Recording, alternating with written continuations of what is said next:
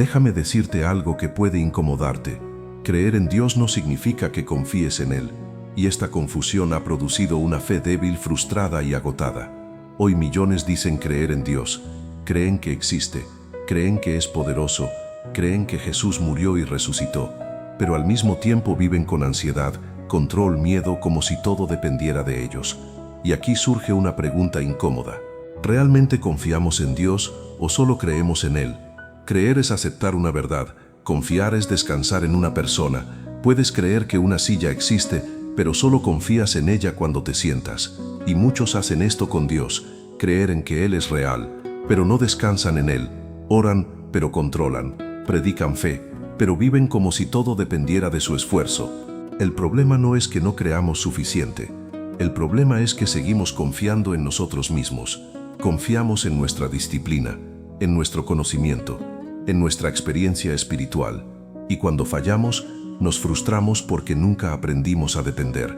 Y aquí es donde la Biblia dice algo que rompe nuestro orgullo. Dios nunca esperó que confiaras en tu fuerza. De hecho, Él comienza a obrar justo donde tu fuerza se acaba.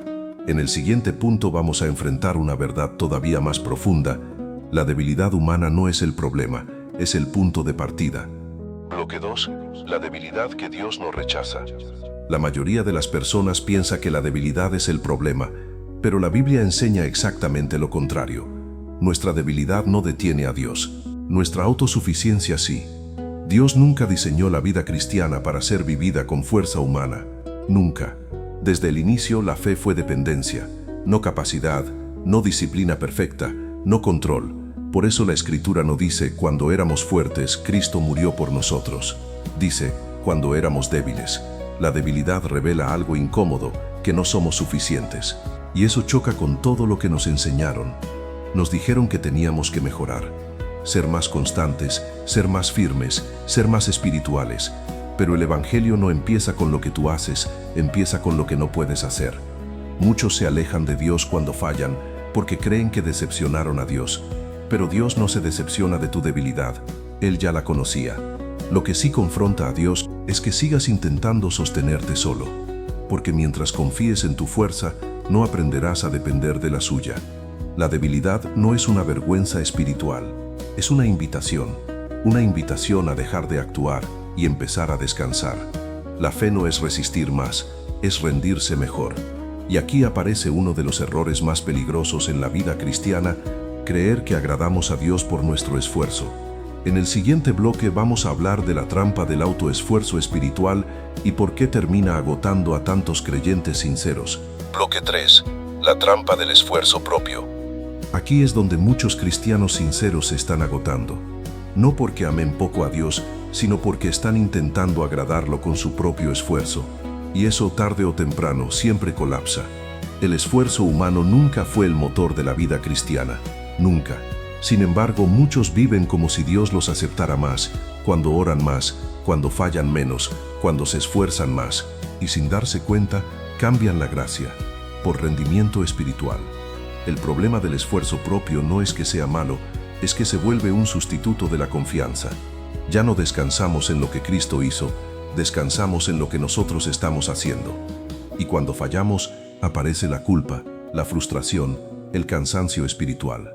No porque Dios se haya alejado, sino porque estamos cargando un peso que nunca fue nuestro. La religión siempre empuja al esfuerzo.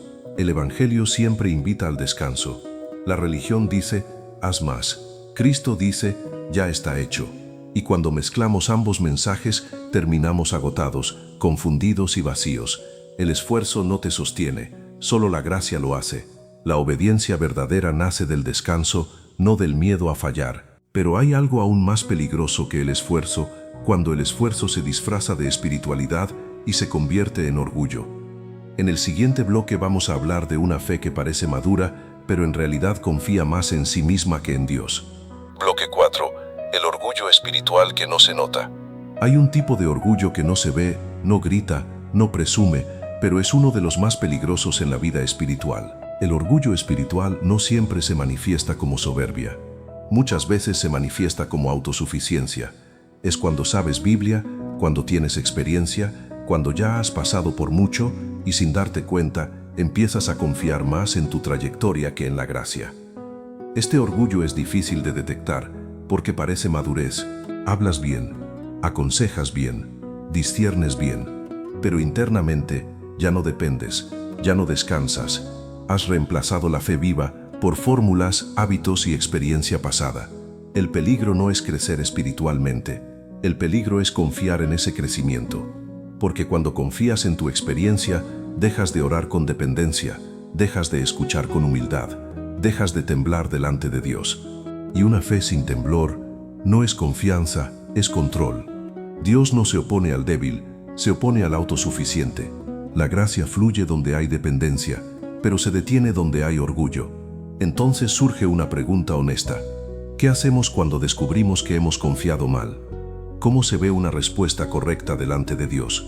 En el siguiente bloque vamos a hablar de algo que muchos malinterpretan, el arrepentimiento verdadero. Bloque 5. El arrepentimiento que vuelve a confiar. Muchos creen que arrepentirse es sentirse peor, pero el arrepentimiento bíblico no empieza con culpa, empieza con dirección. El arrepentimiento no es castigarte, ni prometer que ahora sí vas a hacerlo mejor. Eso sigue siendo confiar en ti. El arrepentimiento verdadero es reconocer, he estado apoyándome en el lugar equivocado. Por eso hay personas que lloran mucho, oran mucho, se sienten muy mal, pero no cambian nada, porque siguen creyendo que el cambio vendrá. Si ahora se esfuerzan más, el arrepentimiento bíblico es distinto.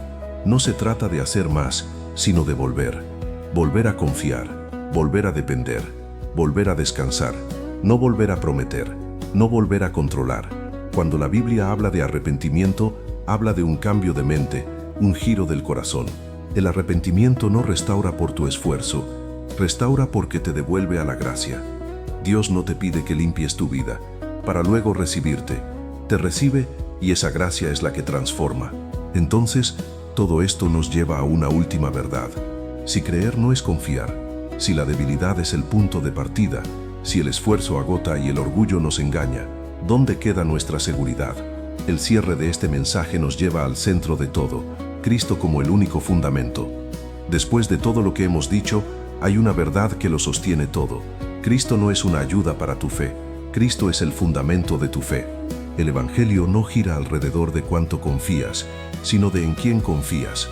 Nuestra seguridad no está en la fuerza de nuestra fe, sino en la fidelidad de Cristo.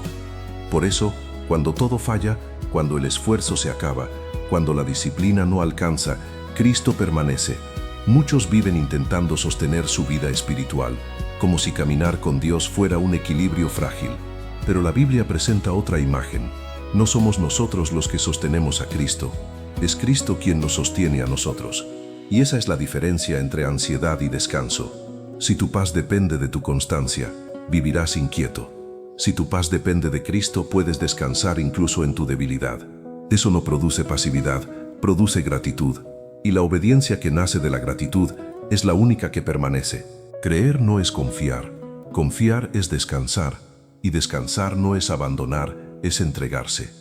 Tal vez hoy descubres que has creído por años, pero has confiado poco. Eso no es condenación, es una invitación. Una invitación a dejar de sostenerte y empezar a ser sostenido. Cristo es suficiente, hoy y siempre.